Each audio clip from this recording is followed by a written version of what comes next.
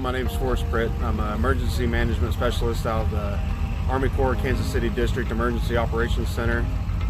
Today we're up here on the Missouri River Levee System, 448, 443. The sponsor up here has some interior drainage problems that they're wanting to get the water from their interior farmland back into the river. They have a pumping station here that is out of commission, and so they've requested the Corps to bring some pumps up to help them get this water out of their interior area and back into the river. Right here we have 7 pumps that we've brought up, and the sponsor is about to hook them up and try and get some of this interior water back into the river. Going to need to run some hose from this intake on the pumps down into the channel.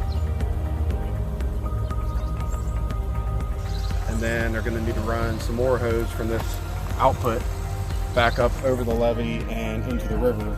And then they want to make sure that the outtake is far enough away from the levee so when the water is pumping out, they don't want to cause any erosion and hurt the integrity of the levee.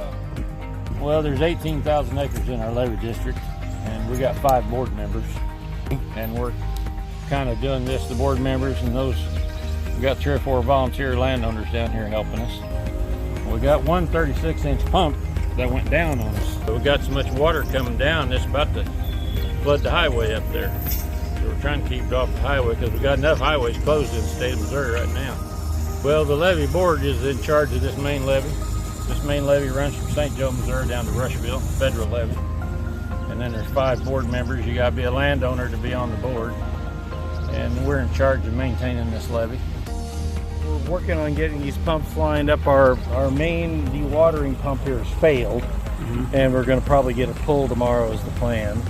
And to replace it, it takes this many pumps because it's a big 36-inch turbine, and so it takes these smaller pumps to equal the amount of water it's drawing. Otherwise, this will just keep filling, and eventually it's just going to get a lot worse, the water, if we don't do something. And there's no sign of the river decreasing in elevations, anything very dramatic, for definitely the distant future.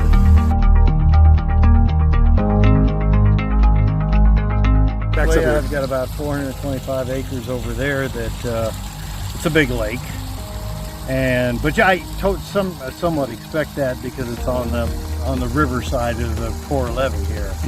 Inside here, the problem we've gotten about 1/3 of what we farm planted. But the problem is because of the underseep and the, relatively, not that far from record stages of the river it's sitting at. I mean, I'm not worried about the levee breaking, but there's so much hydraulic pressure pushing the underseep. And as you can see up through there, all that ground within probably a 1/3 to a 1/2 mile of the river is just wet on top, and you can't farm it. So not only can't we farm obviously flooded stuff, but we can't even farm this in here. Being a civil designer, I designed some levees, kind of knew what they did, but didn't realize how much of an impact they have on the whole system with the farmlands behind all these levees up here, especially in the Kansas City district. And then a lot of the levees that have a bunch of infrastructure behind them, like how much we really protect and how huge our mission really is. And didn't really realize all that, so I was out here being able to come flood fight and get out into the field.